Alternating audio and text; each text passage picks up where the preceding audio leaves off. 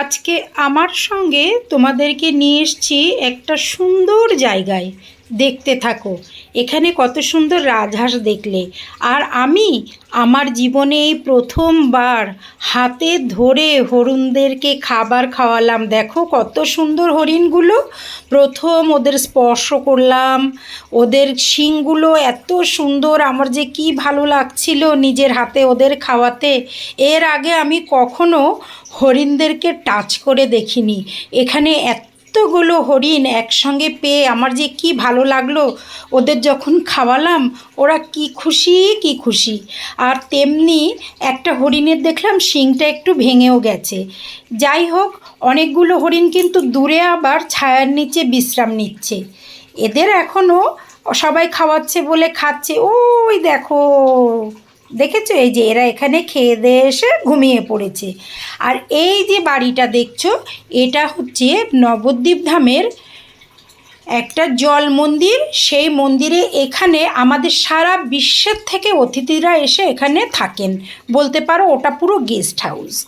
আর এই যে জায়গাটা দেখছো, এখানেই বলে জল মন্দির। চারিদিকে জল আর মাঝখানে দেখো মন্দিরটা।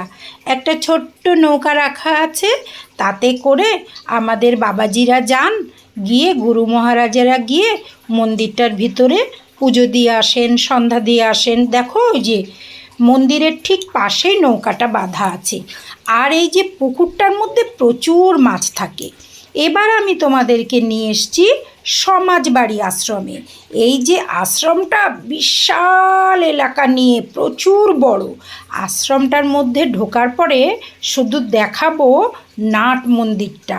মেন মন্দিরটা তো তোমাদের দেখালাম, এটা কিন্তু বিশাল বড় নাট মন্দির। এখানে একটু বসলেও অনেক মনের শান্তি মেলে।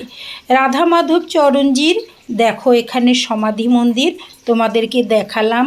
এখানে আছে ললিতা সখী দাসীর সমাধি মন্দির। এখানটায় এসে তুমি যদি বসো, তোমার মনটা একটা অপরূপ আনন্দে বিলীন হয়ে যাবে। এখানে সর্বশান্তি মনে হবে। এখানে গৌর হরিদাস বাবা জীবনের এখানে পূর্ণ সমাধি মন্দির আছে। এই যে আমি অনেক চেষ্টা করে তোমাদেরকে দেখানোর ব্যবস্থা করেছি এগুলো। এখানে তোমরা যদি আসো, নবদ্বীপ তো এমনি তীর্থস্থান, প্রচুর দর্শনীয় স্থান, কি দেখবে আর কি না দেখবে। এখানে দেখো এনাদের কত অবাধ বিচরণ। একটু পার্স ব্যাগ, ছোট বাচ্চাদের সানগ্লাস খেয়াল রেখো, কিন্তু ওদের ইচ্ছা হলে ওনারা কেড়ে নিয়ে উপরে উঠে যান। এই যে আমার কর্তামশাই মন্দির ঘুরে রোদে গরমে ক্লান্ত, সাথে আমার মেয়ে একটু বিশ্রাম নিয়ে নিচ্ছে। বললাম না, এখানে বসলে মনটা অপার আনন্দে ভর্তি হয়ে যায়, শান্তি মেলে। কোথাও যেন মনে হয় ঈশ্বরের সান্নিধ্যে এসে গেছি। হবেই তো, এটা তো গৌরাঙ্গ মহাপ্রভুর জায়গা।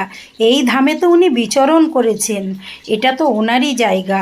কত স্মৃতি, কত সুন্দর নবদ্বীপ ধাম। সেখানে আসলে অনেক জায়গা যেমন ঘোরার আছে, ঠিক তেমনি আজকে যে দুটো জায়গা দেখালাম, জল মন্দির আর সমাজবাড়ি আশ্রম, তোমরা কিন্তু এখানে আসতে কেউ ভুলো না। এই আশ্রমে কিন্তু থাকা খাওয়ার সুবন্দোবস্ত আছে। যারা দূর থেকে আসতে চাও, দুপুরের খাবার রাতের খাবারের কুপনটা করে নিও, আর থাকার জন্য কথা বলে নেবে অফিস রুমে। এই দেখো জল মন্দিরটা কেমন লাগলো আমার সাথে ঘুরে, একটু আমাকে জানিও তোমরা।